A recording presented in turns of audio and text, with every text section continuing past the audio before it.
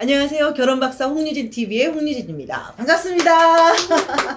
더운 날씨에들 잘들 지내고 계시죠? 잘 지내야 돼요. 더운 때 잘 견뎌내지 못하면 건강도 안 좋아지고 주변에 있는 우리 젊은 싱글들한테도 결혼하고 아이 낳아라 이런 말 못하잖아요. 오늘은 저출산 문제와 MZ세대의 결혼 포기 이 주제로 한번 다뤄보겠습니다.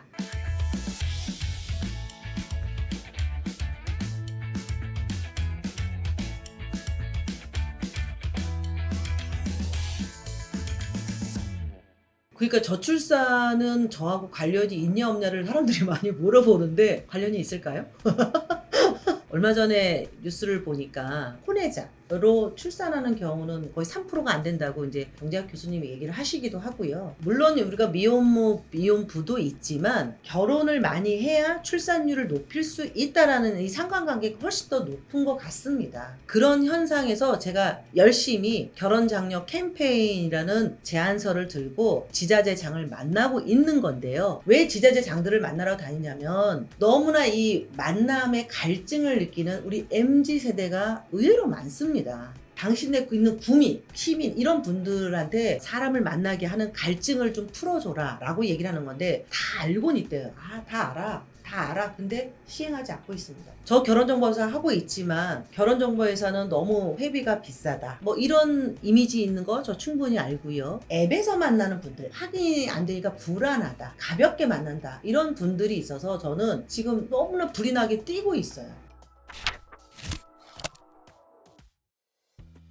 매체를 통해 들었는데 그분은 자녀를 안 키우시는지 잘 모르겠어요. 건강을 위해서 케겔 운동 하는 건 좋아요. 그리고 뭐 여성들이 남자분들보다 이렇게 뭐 어렸을 때는 좀 성장이 빠르거나 아니면 똑똑해서 일찍 뭐 학교를 갈 수는 있다고 쳐도 그게 지금 저출산 해결하는 대책이라고 내놓는 사람들은 도대체 뭔가요? 젊은 세대나 아니면 그들을 연구하는 분들한테 의논을 해봤는지 모르겠어요. 아니면 이분이 기발한 아이디어로 뜨고 싶어서 그랬는지는 모르겠지만 그건 아니죠. 대책 없는 대책입니다. 대기업에 있는 분들도 만나고 봉사에 있는 뭐 높은 분들도 만나면 이런 얘기를 해요. 결혼은 그래도 하려고 한다. 나 아이는 안 낳으려고 한다. 어떤 분들은 일부 뭐 이기적이다라고 하는 분들도 있긴 한데 그러니까 이게 정말 안타까운 현실이면 좀 면밀히 지켜봐야죠. 이게 우리나라만 문제는 아니죠. 전 세계적인 트렌드라는 거는 다들 아시겠지만 애들이 안 나니까 알아서 하겠지? 이게 아니에요. 우리가 지금 포기하지 않아야 된다는 거예요. 그런 거 있잖아요. 우리가 얘는 공부를 못 할 거니까는 방치를 하는 게 맞냐 아니면 운동이라도 시키는 게 맞냐 아니면 미술이라도 시키는 게 맞냐는 것처럼 결혼을 안 하려고 하는 사람한테 너 결혼 안 해 이렇게 윽박 지르기보다는 결혼하면 좋은 점에 대한 거를 쭉 안내를 하고 판단은 그들한테 맡기는 게 맞다라는 거죠. 연애와 결혼, 연애도 좀 해보고 결혼을 하려고 노력을 해봐라라는 거지 반드시 꼭 해라 이렇게 말하고 싶지는 않습니다.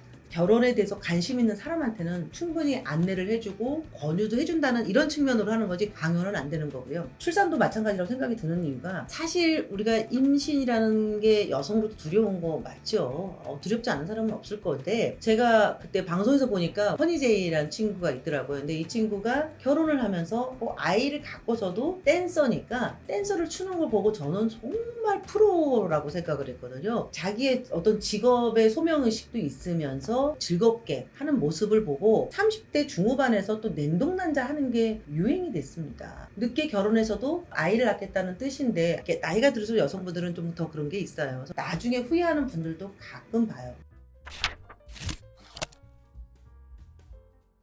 제가 방송을 보면서 좀 아쉬운 게 결혼에 대한 우리 이제 뭐 연예인분들이나 공인들이 나와서 얘기하시는 걸 보면 너무나 뭐 이건 힘들다 뭐다 이런 얘기 하는데 전 질문을 좀 드리고 싶어요. 결혼 생활을 하면서 정말 그 결혼이 나빴던 것만 있었을까요? 지옥이었을까요? 그거 아니잖아요. 좋았던 추억도 분명히 있을 거고 짜릿한 추억도 있었을 텐데 좀 그런 부분을 좀 진중하게 좀 생각하고 얘기를 해줬으면 좋겠다라는 얘기를 드리는 거고요. 물론 쉽지 않습니다. 새 생명을 우리가 잉태하고 키우는 것 자체는 어렵지만 좋은 거는 확대하고 안 좋은 거는 줄여야 되잖아요. 아이의 어떤 성장, 그 다음에 아이를 가짐의 행복, 그거에 대한 더 행복이 어떤 건지 잘 모르겠어요. 우리 고객들 만나는 중에 우리 회원분들 중에 뭐 1조, 1000억 몇백억대 많아요. 근데 그분들도 결혼에 있어서 고민을 하고 와요. 자산이 많다고 행복하지 않고요. 아이가 주는 행복, 힘들었지만 좋았던 거. 그다음에 아이가 나를 보면서 빵긋빵긋 웃어주고 엄마 하면서 아장아장 걷는 모습. 이런 거에 대한 행복은 그 어떤 거도 비교 못한다고 제가 부모님들을 많이 만나니까 그런 얘기를 나누시더라고요. 어느 순간부터 우리나라에서 계속 뭐 지원한다, 돈 준다 하지만 그거 없어도 자녀들은 많이 낳았는데 우리가 지금 저출산이 심각하니까 국가 소멸이 된다고 말하잖아요. 남 얘기가 아니라 내 얘기인 거고요. 그다음에 결혼이란 부분이 선택이긴 하지만 우리가 선택의 폭을 조금 넓혀보라는 얘기를 드리는 거고요. 내가 시도를 하는 거하고 안 하는 건 많이 다르거든요. 너무 뒤늦게 후회하지 말고요. 한번 시도해 보자고요. 사람도 만나보고 연애부터 시작하고 결혼도 해보고 정말 나도 나 닮은 아이, 자녀를 출산하는 이 행복의 가치보다 더 소중한 게 뭘까라는 얘기를